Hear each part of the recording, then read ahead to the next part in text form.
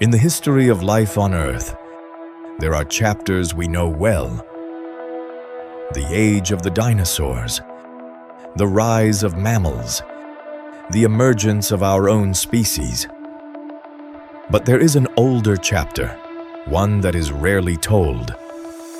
A chapter set long before any of those familiar worlds existed.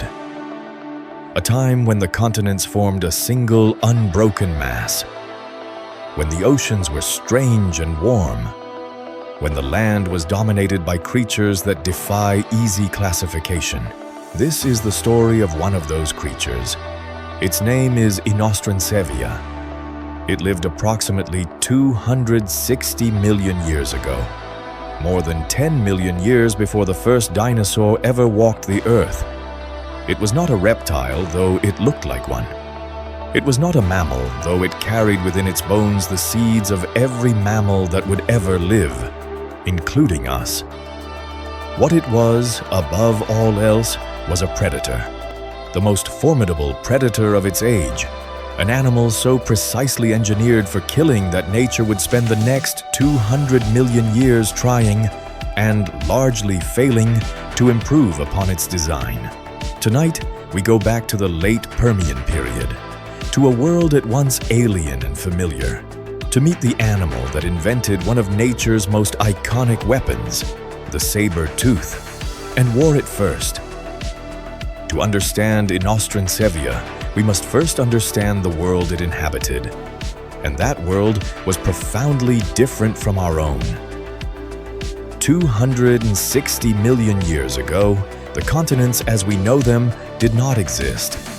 In their place was a single vast supercontinent, Pangea. One unbroken landmass stretching from pole to pole, surrounded by a single global ocean called Panthalassa. The interior of Pangea, particularly the regions we now call Russia and Central Asia, was a harsh, landlocked environment far from any moderating oceanic influence. The climate was extreme. Summers were brutally hot. Winters were bitterly cold. Rainfall was scarce and unpredictable.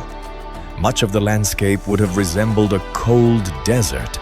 Vast stretches of cracked red earth, dry riverbeds, and dust. There were no grasses. Grasses would not evolve for another 200 million years. There were no flowering plants, no fruit. The vegetation that did exist consisted primarily of primitive ferns, seed ferns, and low-lying shrubs, sparse cover in an already sparse world. And yet, life thrived here, because life, as it always does, had found a way. The Late Permian period, specifically the epoch known as the Wuchia-Pinggian, between roughly 259 and 254 million years ago, was populated by a remarkable cast of animals. Many of them belong to a group called the therapsids. And therapsids are important because they represent one of the great turning points in the history of vertebrate life.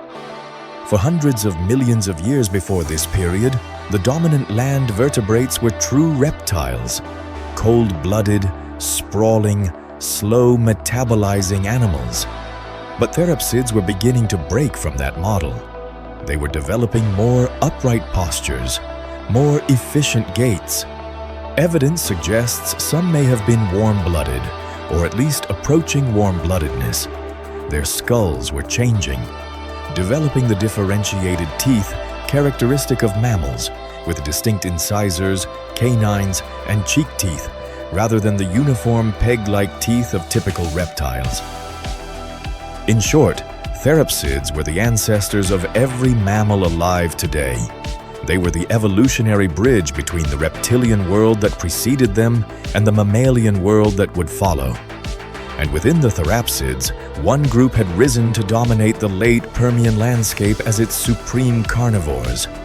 They were called the Gorgonopsids, named for the Gorgon of Greek mythology, a creature so terrifying that a single glance could turn a man to stone.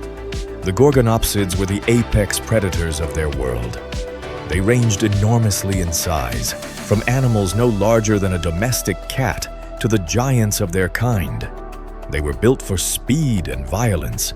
They had large forward-facing eyes, powerful limbs, and skulls designed around a single, overwhelming purpose.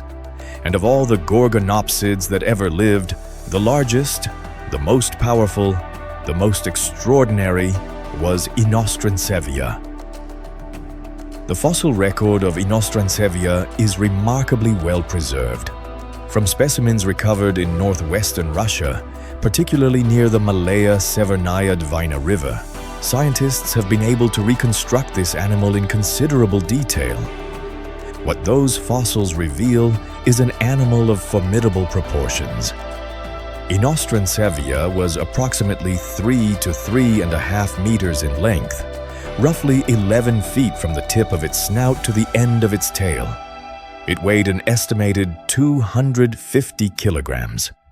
To put that in perspective, that is comparable to a large male grizzly bear, one of the most powerful terrestrial predators alive today. But it is not the overall size of Inostrancevia that commands attention, it is the skull. The skull of Inostrancevia was long and narrow, approximately 60 centimeters from front to back, nearly 2 feet. It was a skull built not for crushing or grinding, but for seizing, holding, and killing. And within that skull were teeth unlike anything the world had seen before.